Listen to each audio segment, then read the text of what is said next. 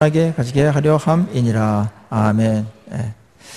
자, 예수님께서 십자가를 몇 시간 앞두고 교회를 위해서 기도하고 있는 내용들입니다. 가장 절박하고 또 가장 경황이 없을 시간에 예수님께서 가장 분명하게 기억해낸 것은 하나님에 대한 영광이었습니다. 내 생을 통해서 하나님을 영광스럽게 해왔고 또 그거를 마무리를 잘해서 하나님께 온전한 영광을 돌리게 해야 되겠다. 그게 이제 1절서부터 5절까지의 내용입니다. 자, 하나님의 영광에 대한 그런 예수님의 기도가 끝난 다음에 그 다음 기도 제목이 뭘까? 우리에게 관심을 갖게 되는 것은 하나님의 영광 다음으로 주님께서 가치 있게 여기는 거, 중요하게 여기는 게 뭔가를 이 기도를 통해서 우리가 가늠할 수 있기 때문에 그렇습니다. 주님의 기도는 그런 면에서 우리에게 주님의 사역 전체를 요약하는 것과 같은, 그리고 주님께서 무엇을 위해서 이런 일들을 이렇게 해오셨는가를 알게 하는, 그리고 주님의 그 계획하심과 중요한 것들을 정확하게 이렇게 짚어내는, 요약해주는 그런 구절들이 많아서 얼마나 우리에게 유익한 도움이 되는지 모릅니다. 자, 하나님의 영광에 대한 건 우리가 다 인정하죠. 그래서 하나님께 영광을 그 순간에도, 그 어려운 절체절명의 순간에도 하나님 저를 통해서 영광을 받으십시오. 저는 주께서 하라고 하신 일을 다 이루어 아버지를 영화롭게 했습니다. 창세전에 계셨던 그 하나님의 원래 영광도 있으셨지만 하나님께 영광을 돌려야만 되는 그러한 일들을 제가 감당했습니다. 그렇게 하나님께 기도를 했습니다. 그리고 오늘 요 6절서부터 이어지는 이 말씀은 굉장히 중요한 기도 제목이 이어지는데, 그게 무슨 기도죠? 누구를 위한 기도죠? 예수를 따르는 공동체를 위한 기도입니다. 교회입니다. 교회를 위한 기도였습니다. 그만큼 예수를 믿는 사람들이 모인 이 교회를 예수님은 죽는 순간에도 하나님 영광 다음으로 중요하게 여겼다라는 거죠. 그래서 그들을 위해서 기도하는 것입니다. 자, 우리 기도는 아무나 해주지 않습니다. 기도의 순서나 기도의 분량을 딱 보면은 중요한 순서대로 이렇게 대부분 하는 게 맞습니다. 우리는 많은 문제들이 이렇게 섞여 있어가지고 어느 때는 이 기도하고 어느 때는 하고 이렇게 하지만, 예수님은 이 기도는 우리 보고 또 들으라고 하는 기도이기도 하기 때문에 기록되었겠죠? 그렇기 때문에 그 순서적인 면에서도 굉장히 질서정연합니다. 아주 정제되어 있습니다. 예수님이 직접 하나님께 기도한 기도문이니까 얼마나 그게 최고의 기도문이 아니겠어요? 또 이 부분에 대해서 많은 분들이 또 이런 의아한 생각을 가질 수도 있어요. 목사님, 하나님은 모든 것을 다 구하지 않아도 아시는 분이고, 특별히 예수님과 하나님은 완전히 통하시는 분들인데 꼭 이렇게 굳이 하나님께 예수님마저도 기도를 이렇게 시고콜콜하게 다 해야만 되는 겁니까? 전지하신 분인데. 이런 질문을 하는 분들이 가끔 있어요. 여러분들은 어떻게 생각하세요? 그거를 자기 기도에도 적용해가지고 하나님이 전지하신 분이 나의 필요 다 아시지 알아서 주시겠지 이래가지고 기도 자리로 안 나오는 그런 사람들도 있는데, 그러면 성경은 왜 기도하라고 그랬을까요? 그리고 예수님은 예수님과 하나님 사이는 모르는 게 없어요. 사실은 감정과 뜻과 이런 것 다 어느 한 부분도 모르는 게 없을 텐데, 이 기도를 하는 것은 기도가 단순히 어떤 것을 보고하는 자리가 아니고, 또 기도가 단순히 무엇을 구해서 받는 것 이상이라는 거죠. 그래서 기도하라고 그러는 거예요. 기도는 뭐냐면 하나님을 기쁘게 해드리는 행위 중에 하나인데, 그게 뭐냐면 하나님 어떻게 기쁘게 하죠? 우리 자녀들이 부모 어떻게 기쁘게 해요? 우리 부모님 다 알 거야. 내가 말 하나도 한마디도 안 해도 부모님 다 아시고, 또 한마디도 내가 주신 거에 대해서 감사한 말 안 하더라도 내 마음 아실 거야. 이래가지고 말도 하나도 안 한다든지, 달란 말도 안 하고, 줬는데 잘 받았다든지, 감사는 좋다느니 이런 말도 안 하고 그러면 그거는 그냥 사무적인 관계지 사랑의 관계는 아닙니다. 자, 우리 자녀들이 뭘 이렇게 부모님한테 이렇게 쫑알쫑알대면서 어린아이들이 뭐 다 알죠, 부모들이. 그거 얘기할 때, 이 귀찮아. 내가 뭐 모를 줄 알아. 내가 부모야. 그 과정 내가 다 밟아서 여기까지 그냥 온 줄 알아? 이렇게 하지 않지 않습니까? 그거를 다 처음 듣는 것처럼, 응? 아, 그랬어? 그랬구나. 너무 좋았겠네. 막 이러면서 나누는 거죠. 그 기쁨이 충만해지지 않습니까? 기도는 이게 더 본질입니다. 주님 다 아세요. 그리고 안 구한 것도 주신 거 너무나 많아요. 그런데 구해서 받는 것과 안 구해도 주신 것에 대한 차이는 이런 사랑의 관계의 확인이라든지 풍성함이라든지 이런 아기자기한 어떤 인격적인 그러한 사랑의 교감이 좀 약하지 않습니까? 그래서 기도를 할 때 여러분들, 예수님도 주님께 기도를 해요. 근데 기도의 내용이 이렇게 구성되어 있어요. 요거 잘 분석해 보시면, 내가 하나님의 영광을 위해서 기도하는데 왜 하나님께 기도해야 되는지, 그 영광을 위해서. 그 다음에 두 번째는 교회, 예수님을 따르는, 자기를 따르는 그런 자들을 위해서 내가 기도하는데 왜 하나님께 이들에 대해서 기도 내가 해야 되는지 이유를 밝히고 있고, 이유를 밝힌 다음에 그 다음에 이들에게 필요한 것들에 대해서 기도 제목을 나열합니다. 자, 그러니까 하나님은 이 기도를 받으시면서 예수님께서 하신 그런 많은 것들 중에 하나님 모를 리가 없잖아요. 이들에게 내가 왜 기도해야 되는지 이유를 하나님이 모르실 리가 없단 말이에요. 그래서 나누는 겁니다. 나누고. 그 다음에 이들에게 필요한 것이 무엇인지 하나님 모를 리가 없잖아요. 구하지 않더라도 알아요. 근데 주님께서 하나님께 아뢰입니다. 자, 이거는 인격적인 관계에서 굉장히 중요한 부분들입니다. 다 알더라도 나누는 건 중요합니다. 우리 집안에 가보면 부부들이, 아내는 이런 성격을 갖고 남편에게 뭘 말하려고 그래요. 집안에서 뭐가 있었는지 뭘 이렇게 나누려고 그래요. 근데 남편은 사무적으로 대하는 경우가 많아요. 그래서 뭘 이래가지고 빨리 결론 내라는 거예요. 그래서 정답을 제시하고 그 다음에 이런 쪽으로만 가기 때문에 이 교감이 좀 약해질 수가 있는데, 인격적인 교감이라는 거는 알아도 다시 또 얘기하고, 그 다음에 정답만 찾는 것이 아니고 거기에 사랑도 나누고 관계도 맺으면서 교감하는 게, 그게 인격적인 그 사랑의 나눔이라는 거 꼭 기억하시고, 피곤해서 집에 돌아왔을 때 자매들이 뭘 얘기하려고 그랬을 때 빨리 결론을 내가지고 대화를 어떻게든지 빨리 끝내려고 하는 그런 악한 시도를 좀 이제는 여유 있게 받아주시고 사랑으로 그렇게 대해주시기를 바랍니다.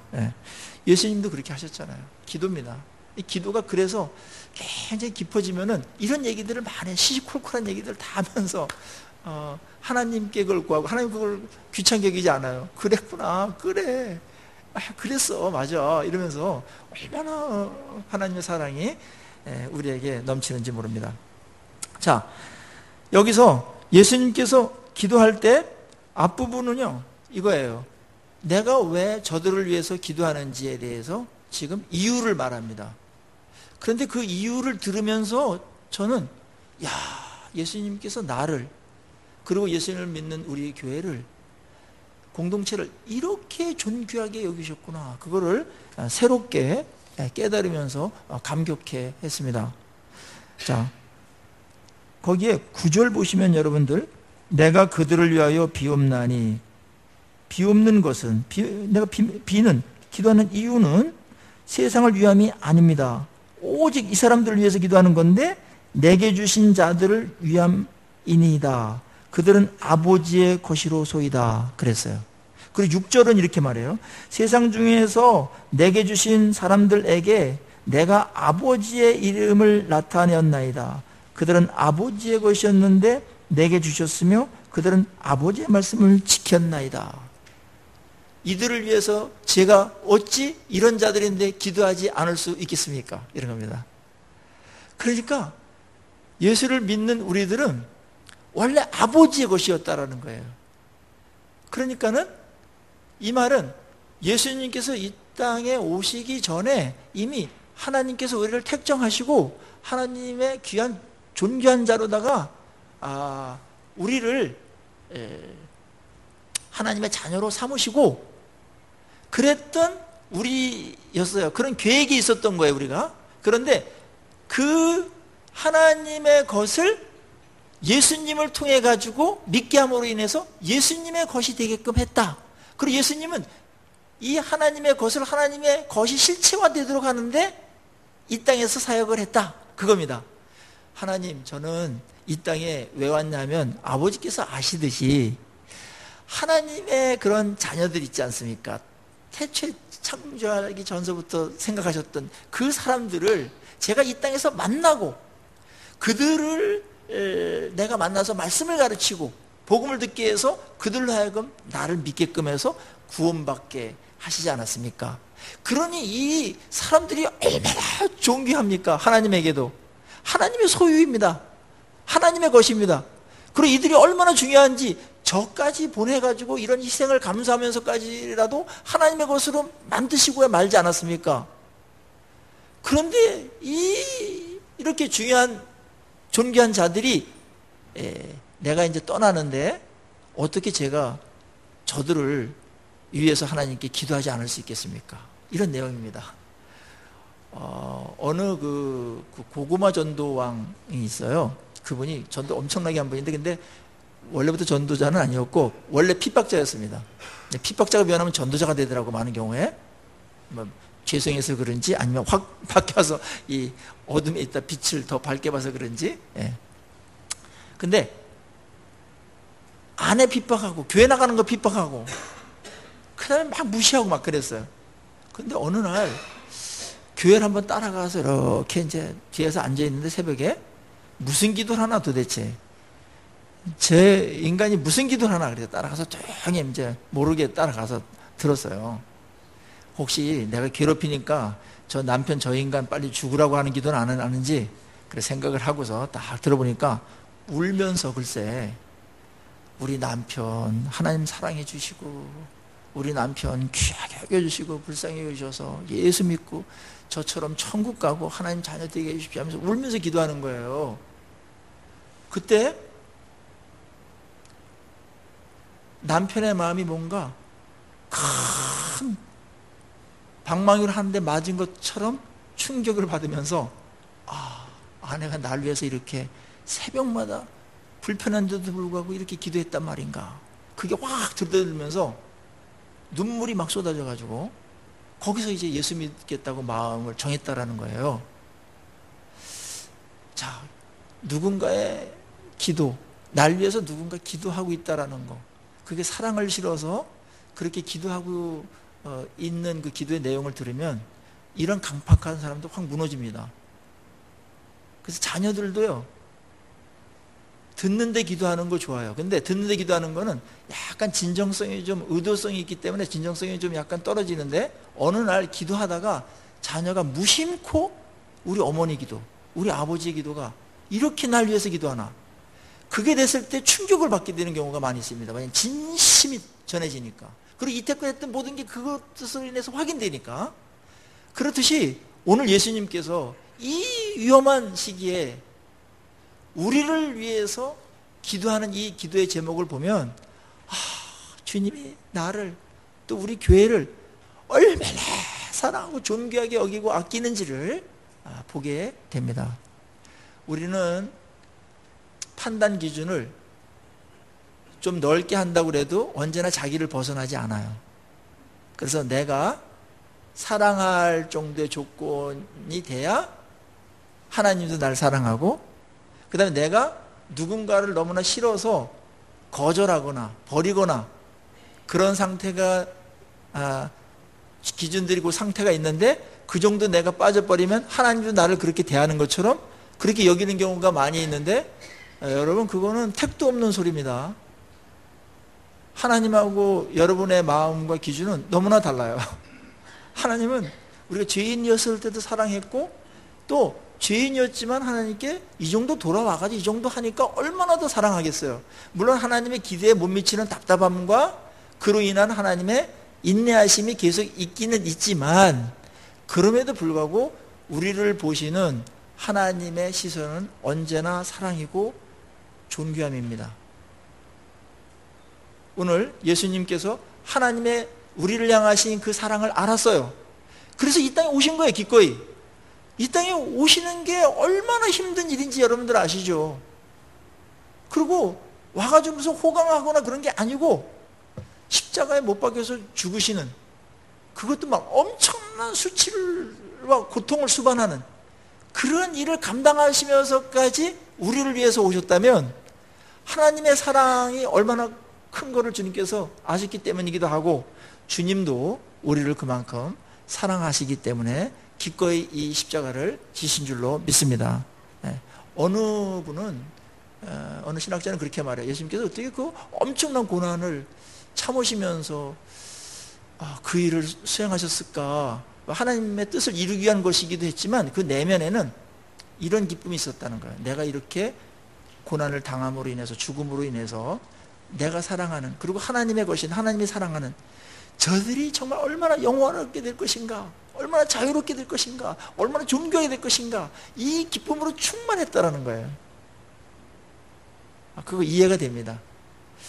우리 부모들이 자녀를 사랑하기 때문에 이 정도는 약간 어느 정도 이해가 좀 되는 부분이 있어요. 내가 이 고생을 하지만 자녀가 잘 된다라는 거를 보장만 받는다면 우리 뭐 못할 일이 뭐 거의 없다시피 할 겁니다. 하나님은 분명히 아셨어요. 예수께서 이렇게 하시면 저들이 얼마나 존귀한 존재로 바뀔 것인가를. 오늘 이 일을 다 이제 마무리하는 단계에서 예수님께서 저들을 위해서 간절한 기도를 하는 것은 너무나 당연한 것입니다. 여러분 꼭 기억하십시오. 예수님께서 여러분을 위해서 기도하신다는 사실을. 우리가 위로가 되고 힘이 될 때, 감격이 될 때가 언제예요? 어떤 누구를 만났는데 내가 당신 위해서 기도하고 있습니다. 또 기도 더 하겠습니다. 이럴 때 얼마나 감격합니까? 그죠? 굉장히 감격하잖아요.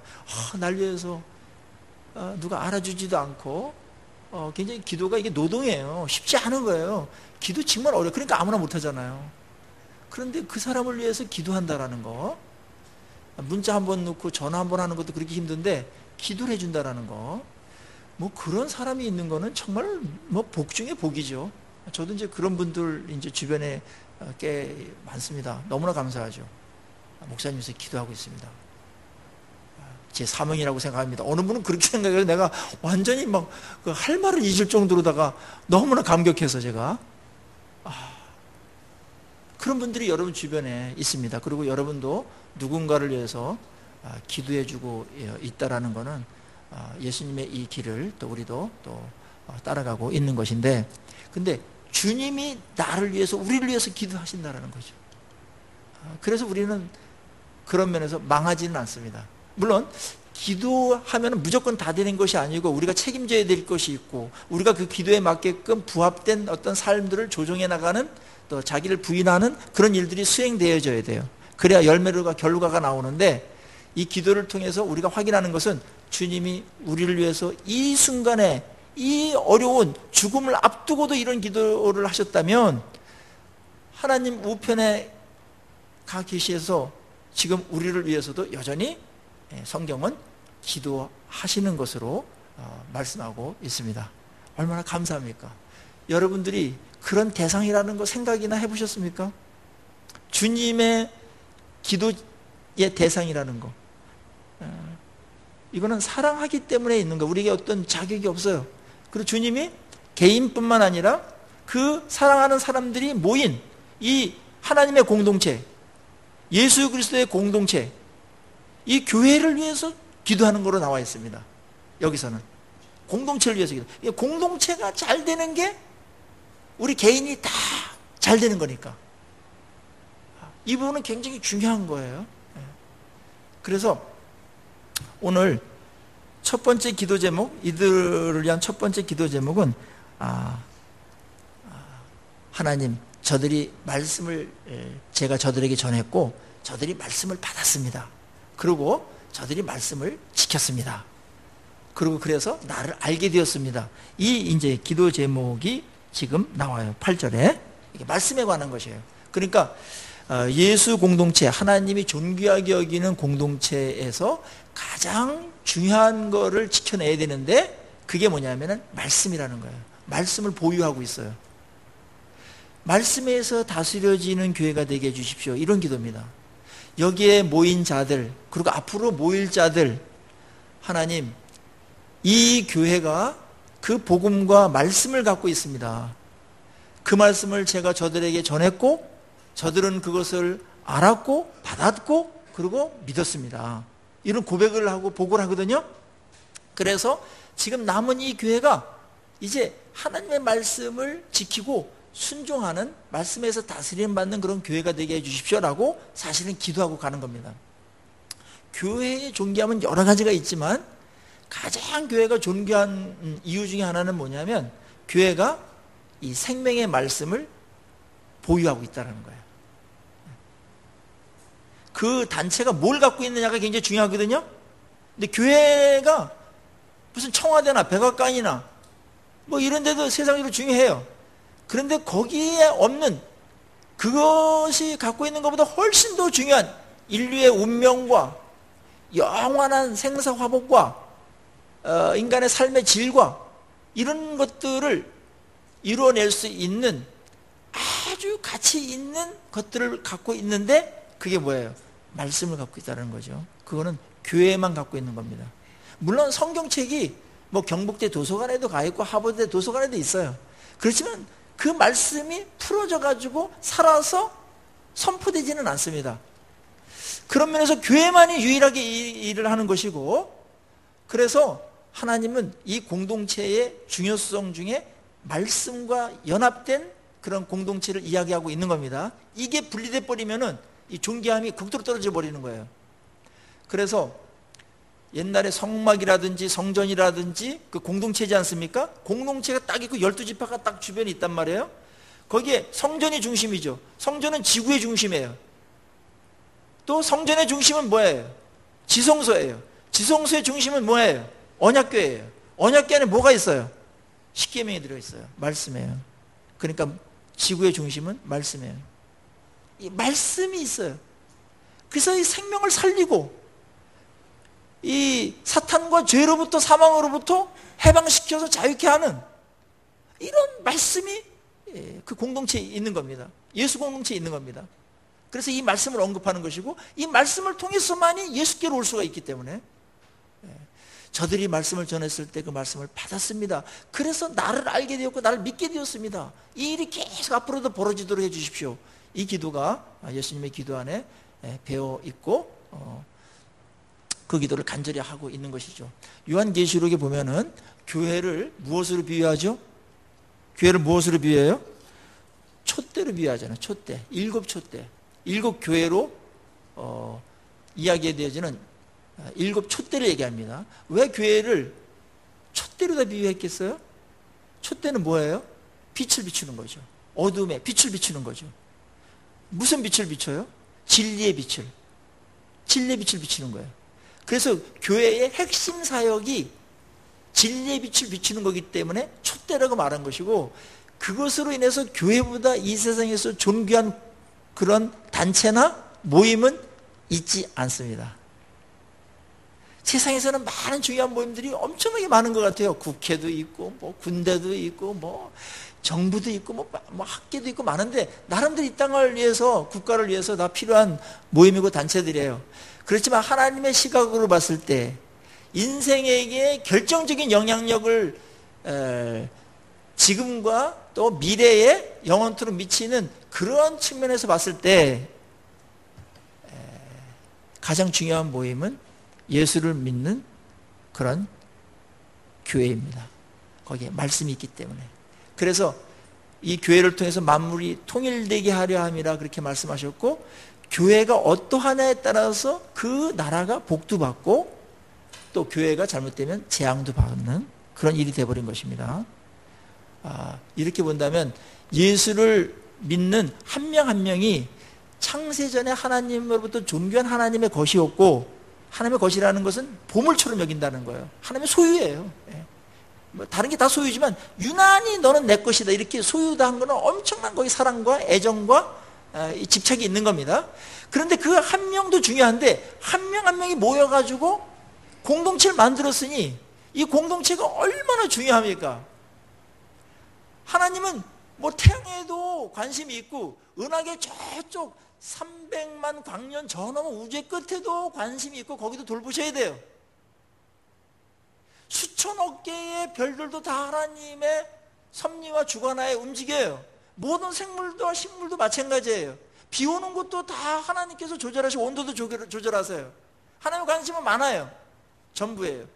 그렇지만 하나님이 언제나 중심적으로 보고 항상 관심 있게 여기는 한 모임이 있는데, 한 단체가 있는데, 이게 뭐예요?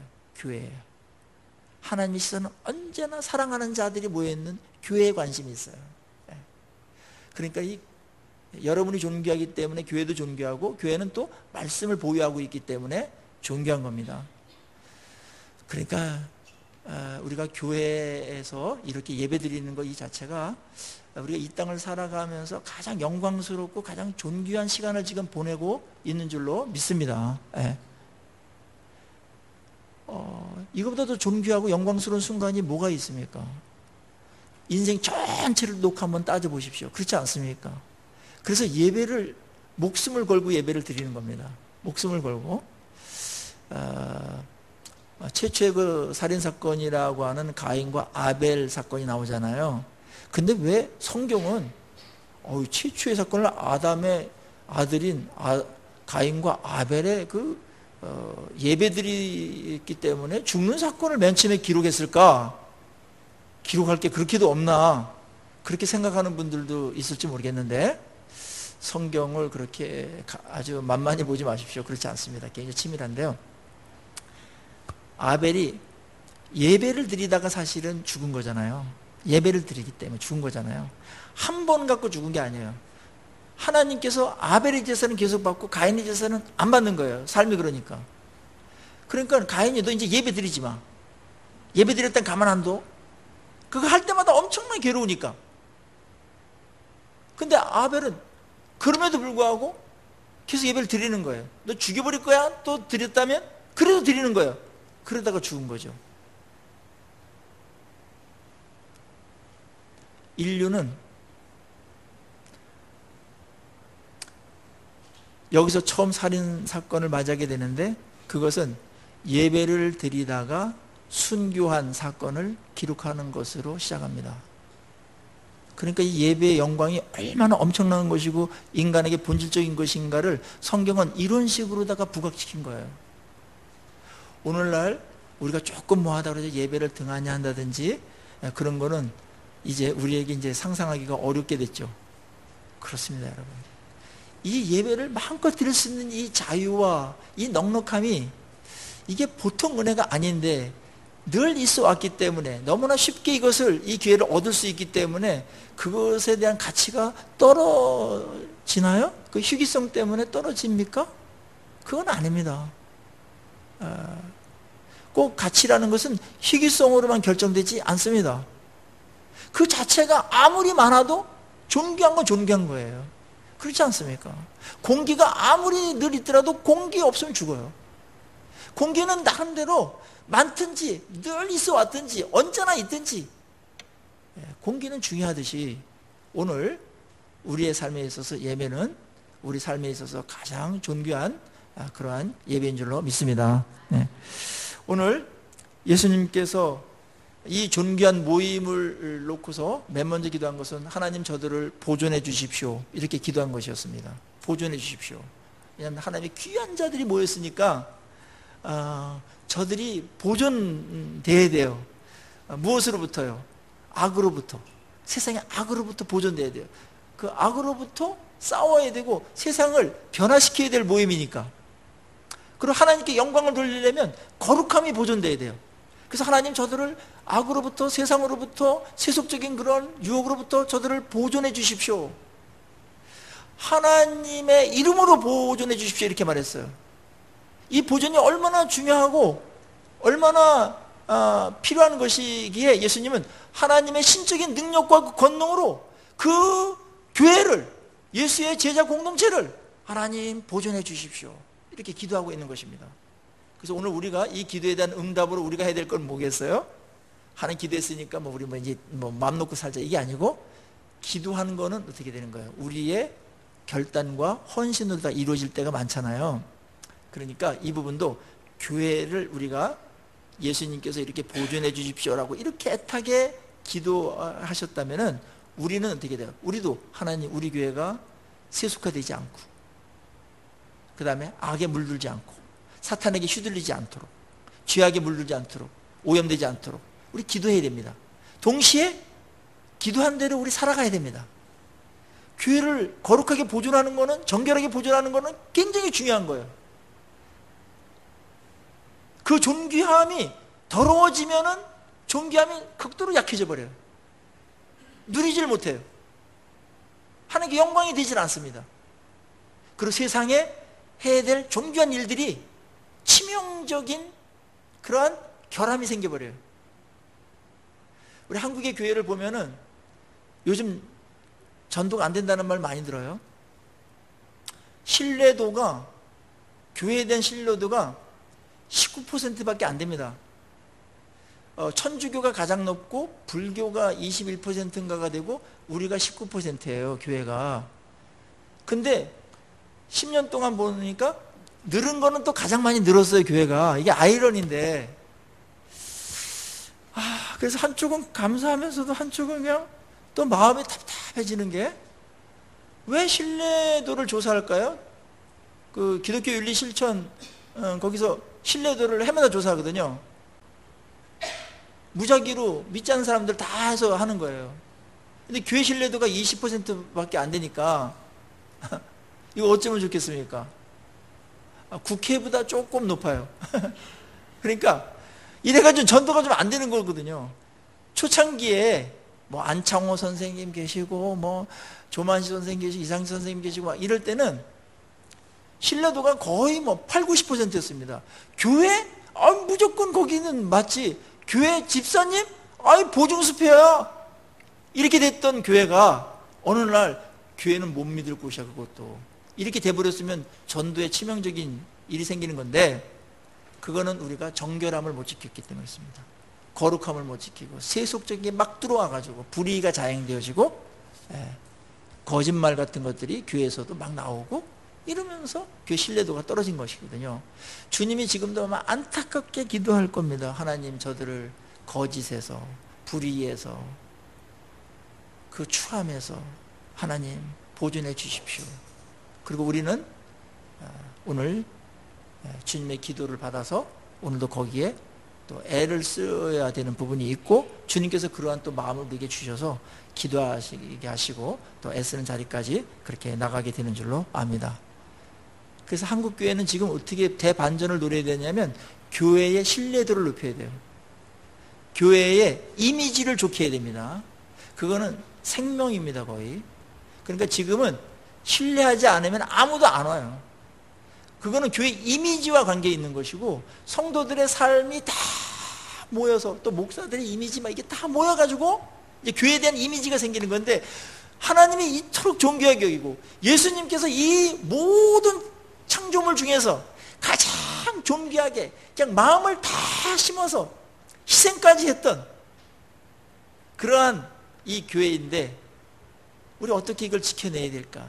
우리의 좀 안타까운 것, 절박함이 여러분에게 생기셔서 우리 작은 교회라도 하나씩 하나씩 이렇게 거룩해져 가고 정결하는 그런 공동체로 만들어 가기를 주의 이름으로 간절히 축원합니다.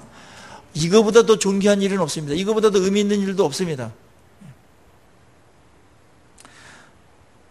그 다음에 또 예수님께서 기도했던 것들은 이거였어요. 하나님, 저희들을 하나가 되게 해주십시오. 11절에 보십시오. 나는 세상에 더 있지 아니하오나 그들은 세상에 있사옵고 나는 아버지께로 가옵나니 거룩하신 아버지여 내게 주신 아버지의 이름으로 그들을 보존하사 어떻게 해요?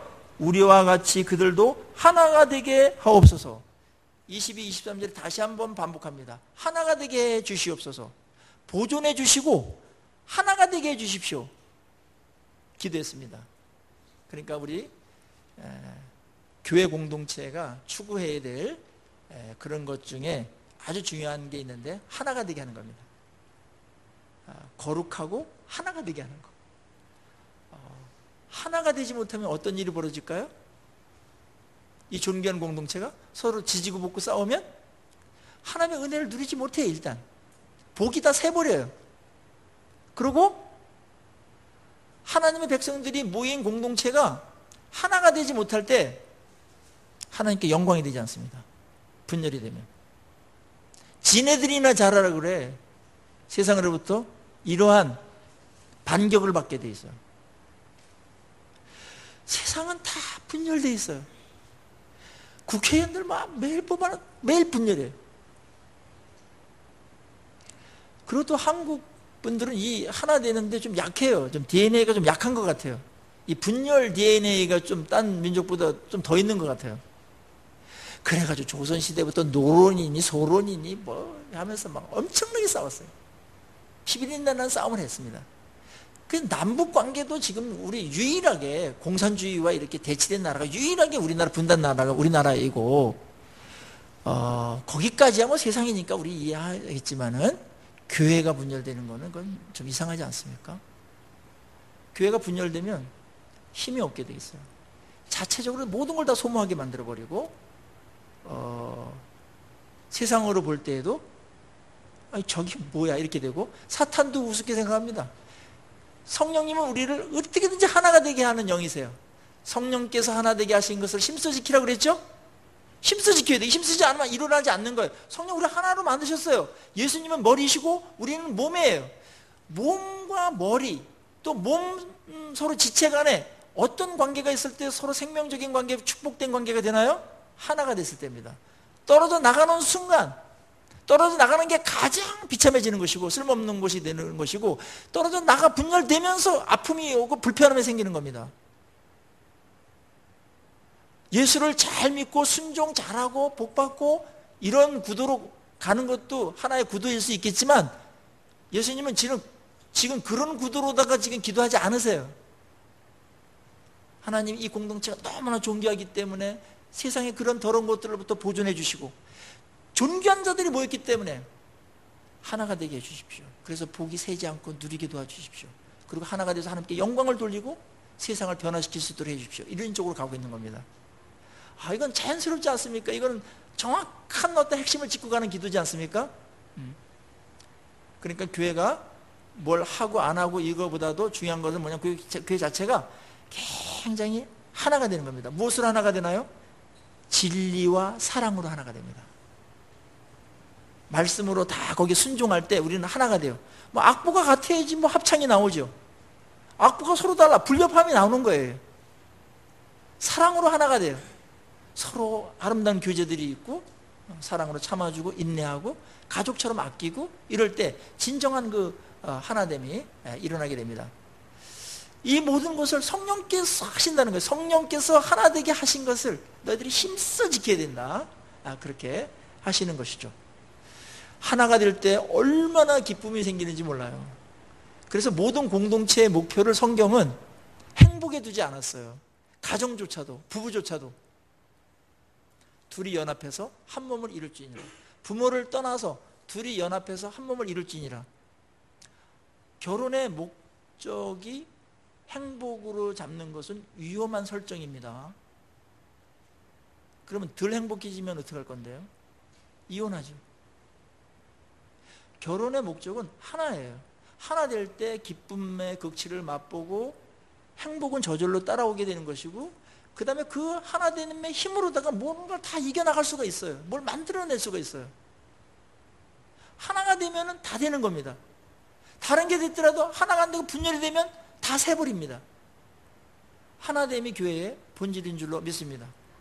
지체입니다. 그래서 우리 이렇게 하셔야 돼요. 이제 하나가 되게 도와주십시오. 그러니까 내가 하나 되는데 기여하셔야 돼요. 하나님이 너무나 존귀하게 여기는 자 아니겠습니까? 상 받을 일이 많아요. 여러 가지 봉사도 하고, 그 다음에 기도도 하시고, 그 다음에 뭐 사랑으로 많이 베푸는 거 다 하나님께서 상 받을 일이고 칭찬받을 일이지만, 그렇지만 그렇게 하면서도 우리가 꼭 염두에 두는 건 뭐냐면은 개인 플레이로 가지 마시고 각계 전투를 하지 마시고 하나가 되는 속에서 하시라는 거예요. 하나가 되는 거. 그거는 은사보다도 중요합니다. 아셨습니까? 그래서 은사를 막 발휘해가지고 교회가 하나 되는데 기여하면서 부흥하는 거는 최고고, 근데 은사는 있는데 하나가 되질 않은 애가 은사를 사용해버리면 방언을 막 해버린다든지 다 그냥 그거에 대해서 적응이 안 되는데, 그러면 은사를 죽이라는 겁니다. 절제를. 아셨습니까? 하나 되는 게 더 가치가 있으니까. 이거 안 되면 이기적인 거예요. 하나 되는 게 얼마나 중요한지 몰라요. 그리고 굉장히 예민해요. 그러니까 가정도 하나 되기가 그만큼 어려운 거예요. 나름대로 한 승깔 다 있고 한 주장이 있고 한 기준들이 있어요. 그리고 그걸 오랫동안 만들어져 왔어요. 근데 어떻게 하나가 됩니까? 부부가 하나 되는 게 그래서 어려운 겁니다. 서로 다 맞춰야 되는 거예요. 십자가는 죽어라 그렇게 말하는 것이고, 그럴 때 서로 살게 된다. 그리고 피차 복종하게 됩니다. 하나됨이 더 큰 가치입니다. 하나됨이 더 큰 가치라는 거 기억하세요. 그게 그 공동체를 위해서 하나 되게 하는 것만큼 더 크게 기여하는 것은 없어요. 하나 되는 게 더 중요합니다. 그럴 때 모두가 행복해요. 함께 살 수가 있어요. 그리고 거기서 더 아름다운 것들이 많이 만들어져 갑니다. 여러분, 교회를 사랑하시죠? 그리고 우리 모두가 얼마나 존귀한 존재들이 모였습니까? 또 교회는 얼마나 주님 안에서 사랑의 대상이고 둘도 없는 그런 존귀한 그런 모임입니까? 여기 우리 한 지체로 부름받았습니다. 감사한 일이죠. 그리고 하나 되는데 참여하시고 기여하시기를 바랍니다. 이게 최고의 헌신입니다. 어떤 때는 침묵함으로, 어떤 때는 저줌으로, 어떤 때는 열심으로 헌신함으로 이 조화를 잘 이루면서 하나가 되는 게 극대화시키는 거니까요. 사탄은 어떻게든지 분열시키려고 하는 거예요. 여기에 많은 교회가, 많은 성도들이, 열심히 있는 사람들이 넘어져 버렸어요. 열심히 있는 사람들은 그거 갖고서 뭔가 어떤 효과가 나타나기 때문에 그 효과 하나만 바라보고 가다가 조화를 깨버리는 일이 있어요. 합창할 때 내 목소리가 다른 사람보다 괜찮아. 그래가지고 세게 질러버린다든지 이러면 화음이 깨지잖아요. 우리 최미경 권사님 프로신데 저번에 맨 먼저 우리 합창단 할 때 이런 멘트를 하시더라고요. 누구 하나 자기 목소리 세게 안 내고 다 맞춰가면서 제 소리를 내더라. 아주 수준 있는 모임으로 이렇게 평가를 하시는데, 이게 하나됨입니다. 그러니까 하모니가 나오잖아요. 근데 누구 하나가 막 이렇게 너무나 튀어버린다든지 또 안 한다든지 그러면 이게 조화가 깨지면서 하모니가 안 일어나는 거예요. 아름답지 않습니다. 그러니까 어떤 분은 솔로는 잘하는데 합창은 안 어울리는 분들이 있어요. 근데 우리는 다 합창대원으로 부름받은 겁니다. 악보가 말씀이고요. 반주는 성령께서 하시는 역사에 하나가 되도록 다 맞춰주시는 거예요. 알았죠? 근데 앞에서 지휘하는 분은 리더예요. 하나님, 예수님께서 하듯이 리더에 맞춰서 그걸 하는 겁니다. 이 3박자가 맞으면 하모니가 일어나요. 너무나 아름답습니다. 예. 우리 교회도 가만히 보면은 하나됨의 이 정도가 굉장히 사실은 높아요. 비교적 굉장히 높다고 저는 봅니다. 이런 부분에 있어서 누가 뭐 막 하거나 뭐 자기 멋대로 막 하려고 하는 그런 분들이 거의 없으세요. 거의 자 빼도 질 정도로 없어요. 감사한 일이죠.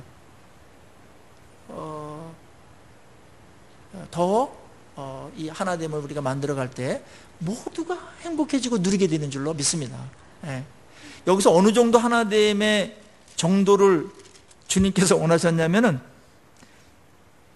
우리와 같이 그들도 하나가 되게 하옵소서 이랬어요. 삼위일체가 하나 되신 것처럼 저들도 하나가 되게 해주십시오. 거기까지 정해놓은 거예요. 그래서 하나님의 세계는 너무나 하나가 되기 때문에 너무나 기쁨이 충만하고 부족함이 없어요. 그거를 우리들도 이 인간들이 모였지만 하나님 하나님 원하건대 저들 우리처럼 삼위일체처럼 하나가 되게 도와주십시오.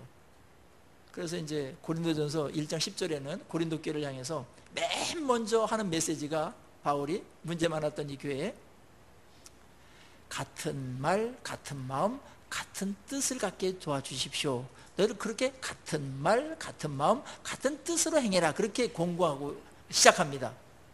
그러니까 이 성령 안에서 가능해요, 이게요. 예, 그 방향이 같고, 예, 그 다음에 그 주님의 말씀에 어긋나지 않는 말들을 하면서, 교회가 또 추구하는 것들에 대해서 맞춰가면서 이렇게 어그러지지 않는 말, 또 다른 의견일지라도 이 방향은 맞으면서 가는 이런 말들은 굉장히 중요한 것입니다. 이게 말을 잘 맞춰가는 것 중에 하모니를 생각하시면서 언어도 해야 됩니다.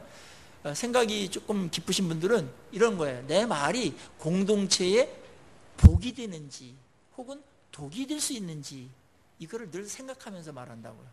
그런데 이 생각이 하나됨이라는 이 조화라는 것은 무지 민감하고 예민한 거기 때문에 확 한순간에 깨지기 때문에 우리가 말 같은 것들 그래서 잘해야 되는 거죠.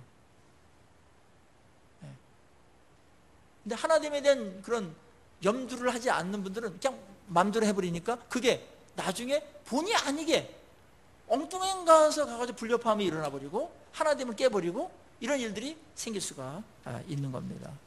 우리 경험하셨겠지만 어떤 일들을 조금 일들이라도 같이 주방에서든지 아니면 부서 모임이든지 아니면 부부 사이에 또 가족에서 어디서든지 최고로 행복하고 만족하고 감사하고 넉넉하고 참 좋았다 이렇게 끝날 때가 어떤 분위기입니까? 하나 될 때입니다. 거기에 축복이 담겨요. 분열이 생기는 거는 균열이 생기면 은혜도 세고 복도 세고 말씀도 세고 다 세버려요. 성령도 셉니다. 심지어는. 그래서 매일 궁핍해요. 그럼 매일 피곤해요. 풍성하지 않습니다. 그러니까 사탄이 이걸 알고 어떻게든지 하나 되지 못하게 하고 성령님은 어떻게든지 하나 되게 하시려고 하고 그러니까 우리 마음속에 성령이 주는 생각인지 아니면 사탄이 주는 생각인지 아니면 내 잘못된 생각인지를 알 수 있는 거는 교회에 정말 하모니가 되고 교회에 정말 하나 되는데 이게 유익한 건가? 그런 생각으로 하면은 그게 성령께서 주신 생각입니다. 아셨죠? 네, 그렇게 하시고 하나 되게 하는데 적극적인 것은 뭐냐면 모임에 함께 참여해 주는 겁니다. 이거는 하나 되는데 굉장히 중요한 겁니다. 아까는 너무나 열정적인 사람이 막 오버해가지고 가는 쪽을 제가 말했다면 지금은 뭐냐면 한국교회가 하나 되지 못하는 것 중에 하나는 중요한 모임에 참석하는 사람들이 적을 때에는 이 하나됨이 이렇게 좀 분산될 수가 있어요. 그래서 중요한 모임, 예배 같은 거 딱 모여서 함께 예배 드릴 때 하나됨으로 막 서로 영이 교통하는 거예요. 지금만큼은 하나거든요. 이걸 주님이 기뻐하십니다. 주님은 아버지십니다. 그리고 우리 존귀한 사랑하는 각자들입니다. 근데 이들을 가장 복되게 하고 또 주님이 가장 흡족해 하면서 영광받는 그런 상태는 뭐냐면 그 모인 사람들이 하나 될 때입니다. 하나 될 때, 한 마음이 됐을 때, 서로 사랑해 줄 때, 또 진리 가운데 서로 한 뜻을 갖고 일을 할 때, 그때 하나님 너무 기뻐하세요. 그건 우리가 인격적으로 생각하더라도 쉽게 이해가 되는 부분이지 않습니까? 뭐 추석 때나 설날 때 뭐 대가족들이 모이면 거기 할아버지, 할머니, 그 다음에 거기에 아버지 이런 어떤 리더들이 어떤 상태를 가장 기뻐합니까? 하나가 되는 걸 기뻐하죠. 하나가 되는 거. 하나가 되고 우애 있게 지내라. 항상 그렇게 말해요. 우애 있게 유언입니다. 그냥 거의 그냥 뭐 이렇게 그냥 자동으로 나오는 게 너희들 우애 있게 지내라. 자녀 많은 집안에는 항상 우애 있게 지내라 이겁니다. 우애 있게 지낸 다음에 거기 뭐가 뭐 되고 뭐 이래지 그것도 기쁘지. 서로 뭐 누가 잘 됐는데 뭐 삐지거나 또 뭐 시기하거나 또 뭐 좀 이익을 더 가져가려고 뭐 이렇게 하면은 분위기가 이상하게 썰렁해지는 게 그 모임 자체가 생명력이나 기쁨이 없지 않습니까? 하나가 될 때 축복이 담깁니다. 하나가 될 때 우리는 최고의 힘을 발휘할 수 있습니다. 하나가 될 때 기쁨의 극치를 맛보게 됩니다. 그래서 오늘 13절은 하나님 제가 이런 말을 하는 것은 그 모임이 기쁨이 충만하게 하려 함입니다 라고 기도합니다. 그러니까 기쁨은 언제 기뻐져요? 하나가 될 때. 이상하게 거기에 말할 수 없는 기쁨이 임합니다. 그거는 교회만이 또 맛볼 수 있는 기쁨이기도 하죠. 오늘 주님의 기도를 우리가 생각하시면서 하나님, 우리 교회도 하나님 말씀으로 세워가게 도와주시고 또 우리를 보존해 주시고 하나가 되게 도와주시고 그래서 기쁨이 충만한 공동체로 그렇게 세워주십시오 라고 우리 기도하시면서 같이 나갔으면 좋겠습니다. 우리 같이 기도하시겠습니다. 우리 이 시간에 우리 말씀을 듣고서요, 우리 성령께서